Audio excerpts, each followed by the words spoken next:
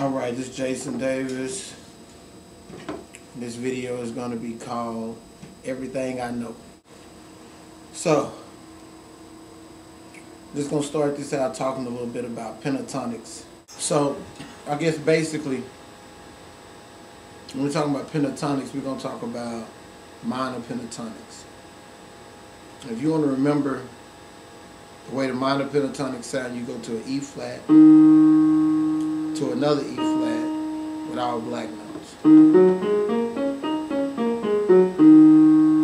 So basically that's a minor pentatonic scale. So you just take that through the different keys. Start on E,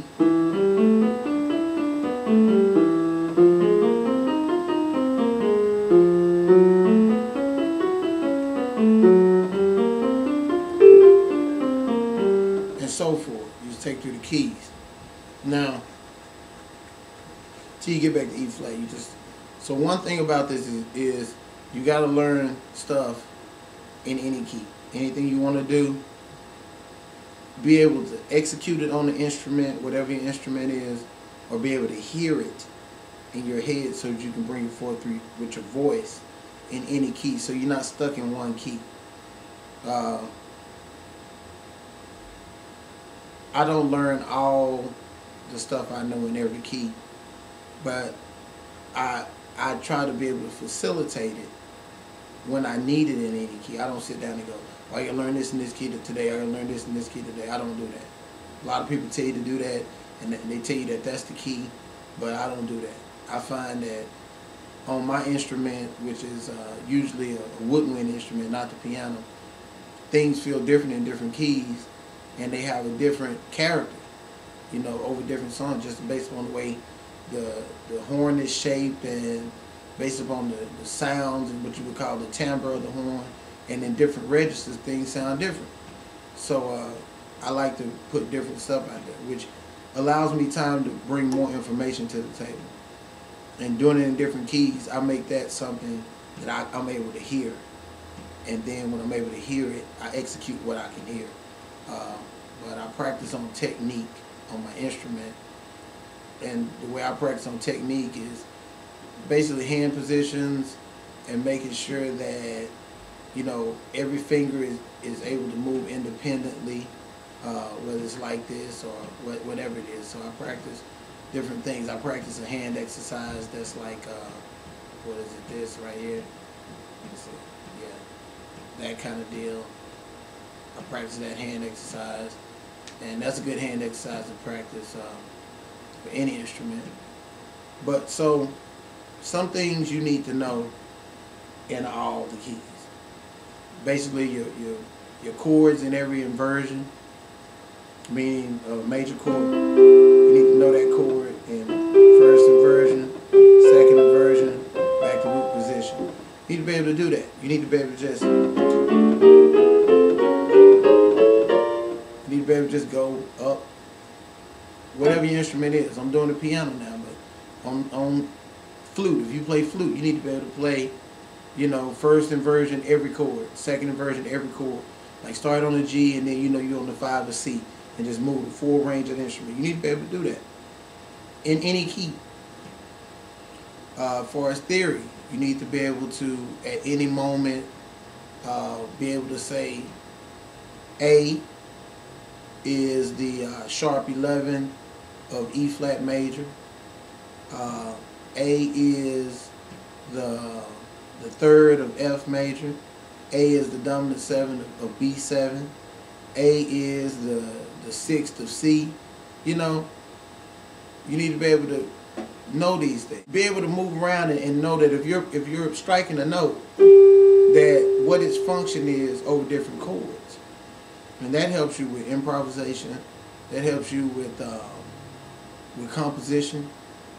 And improvisation is composing on the spot and drawing from other, you know, things, elements, things around you, songs and melodies that you know. But that it's important to know that part of theory, music theory, to know how a note functions in different tonal centers, what they would call it. So pentatonic scale. I don't play major pentatonic scales purposely. I don't practice major pentatonic scales. I practice the flip side of it, which is the minor pentatonic, because they have more of a bluesy sound. And a minor pentatonic is a blues scale that is missing the sharp 4, that is missing what we call the blue note. So G, B flat, D, G, B flat, C, D, F, G, G, F, D, C, B flat, G. If you play that, that's a G minor pentatonic. You know, 5 notes, penta, 5, tonic, tone, 5 tones. Alright? Now if I add a sharp 4 to that, which is a D flat or a C sharp, same note,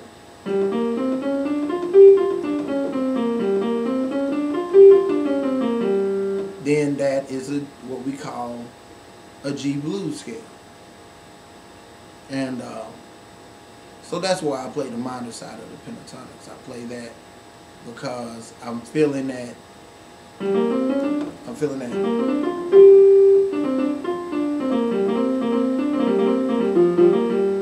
So you hear that a lot. You hear that a lot in every kind of music, every culture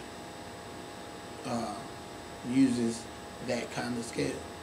It's a great sound. I love it. So the minor pentatonic, so we'll talk about that a little bit and what it is, because we're going to be talking about that this whole video series. We're going to talk about the minor pentatonic, okay? So the next thing I want to move on to, and I'm moving down the list here so you can kind of catch it, is major 7 chords, omitting the 5. So we're just going to call this major 7, omit the 5.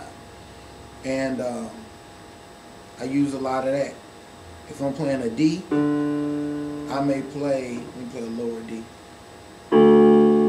I may play A flat major 7,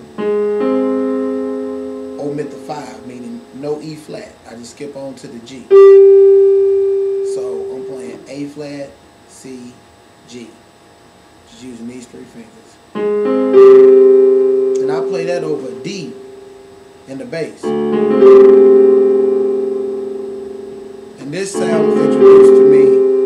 This sound was introduced to me by a great piano player, one of my good friends, named Claude Johnson Jr.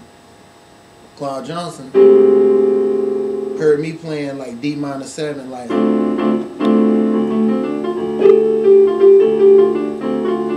D minor pentatonic over D, and a D minor 7 chord, D, F, A, C. He heard me playing that a lot. So he was like, man, you need to put some new colors into that. Go ahead and play A flat major 7, omit the 5.